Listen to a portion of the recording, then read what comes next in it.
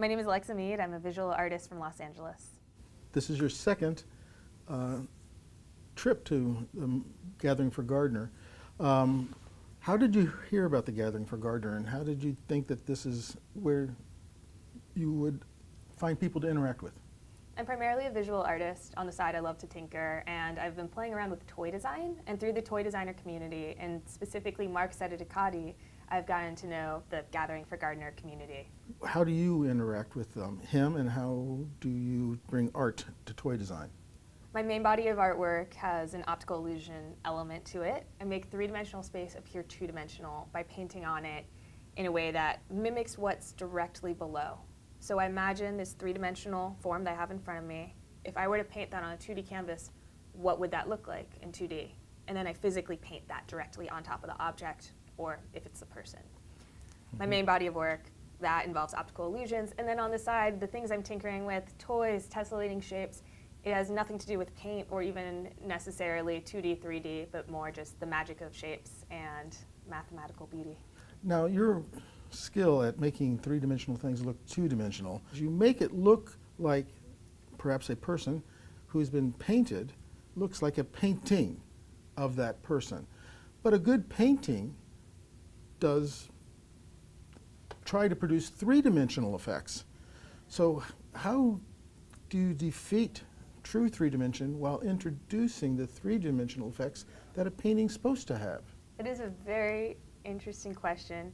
And first off, I mean, the measure of a good painting isn't how real does this two-dimensional surface look or how three-dimensional it looks, though that is something that a lot of artists will strive for. In the study of perspective and foreshortening, that's something that there's for centuries been this history of how do you craft an image that tricks the mind into thinking this two-dimensional space of a canvas has actual depth to it. In my work, I'm doing the opposite. I'm taking something that's three-dimensional and trying to collapse that depth, and so it feels like it is on a two-dimensional surface. People may be acquainted with painting people in public to appear to be the same as their background. There's been many examples of that. You don't dabble in that, but you are painting people, Yes. physical people, not to appear as if they blend into their background, but as if they were living paintings. Exactly, and that's so interesting because there is this history of painting humans to camouflage in with their surroundings, and what I'm doing is somewhat the opposite. I'm painting people to stand out from their surroundings. In this example of this man who I painted on the Washington, D.C. subway, he's painted to appear two-dimensional, almost immaterial, flattened, and yet he so dramatically pops out from the background.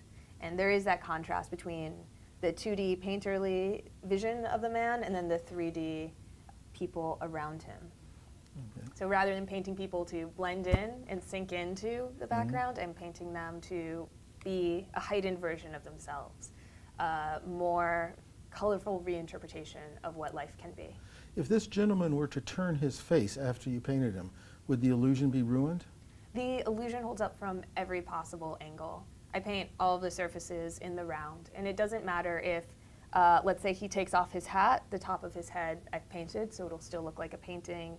He could zip his jacket, he could cross his arms. Everything in the round will hold up the illusion of 2D. Painting involves adding shadow and other things. If it can be moved, then you must have a different conception of how shadow and other cues work. That's so interesting that you bring up shadow because that was how I initially developed this technique. I wanted to know what it would look like to put black paint down on shadows. And I realized when I did that, it erased a lot of our spatial depth cues and the world started appearing two-dimensional to me. And so I first, when I was developing this technique, was very heavily reliant upon painting in the shadows as a means of making things appear two-dimensional. But then, as you noted, that if you have a dynamic subject, then you would expect the shadows to move as the person moved. And so I've developed other ways for making the world appear 2D without being reliant upon painting in shadows. So I can make it work in any lighting. I don't want you to give away any of your secrets, but you know, people study perspective and they know secrets of these things. Can you just give one example of a technique that you could explain to another painter on how you accomplish this? It's like painting without drawing. So normally if you're going to be painting something on a canvas, the shape that you're painting in, the contour of the table legs, say, it's a form of drawing. But in my case, if I'm physically painting on a table, then the scene is already set there in 3 dimensions. I don't have any foreshortening or perspective to worry about. Instead, I'm literally just painting in as I could see it in more vibrant colors. Now, I understand you have gallery shows as well as painting people in public settings. Do the gallery shows also involve humans standing still, or do you have another aspect? In galleries, I'll exhibit limited edition photo prints. I might also have a live performance as part of the gallery opening. I also do performances in other places around the world outside of galleries. I've also worked on a couple of short film projects. One of them was in collaboration with the dancers John Bugs and Lil Buck, and it was an incredible collaboration of painting and dance fully merged into one. So they appeared to be two-dimensional, and they were dancing around a space that was painted to be two-dimensional. And so it really broke open this feeling of the three-dimensional nature of what appears to be 2D. What about these puzzles that you have worked on, games, toys, I think you called them? So let me just ask, are they puzzles or are they toys? It's not quite a toy, it's not type of a game, it's more of an activity.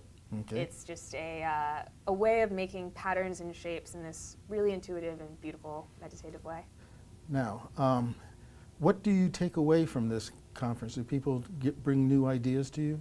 This conference is so inspiring because everyone has some side of something that they're tinkering with or a problem that they're playing with, and especially those that come with unresolved problems and questions. And you get to actively brainstorm with people in that moment that's so precious, because normally you see things when they're presented publicly in a fully resolved state, where there's nothing left to have your mind fill in the gaps of the imagination.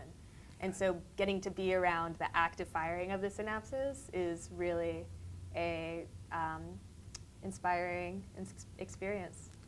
Do you get healthy reactions from the public, or do you get unexpected reactions from the public?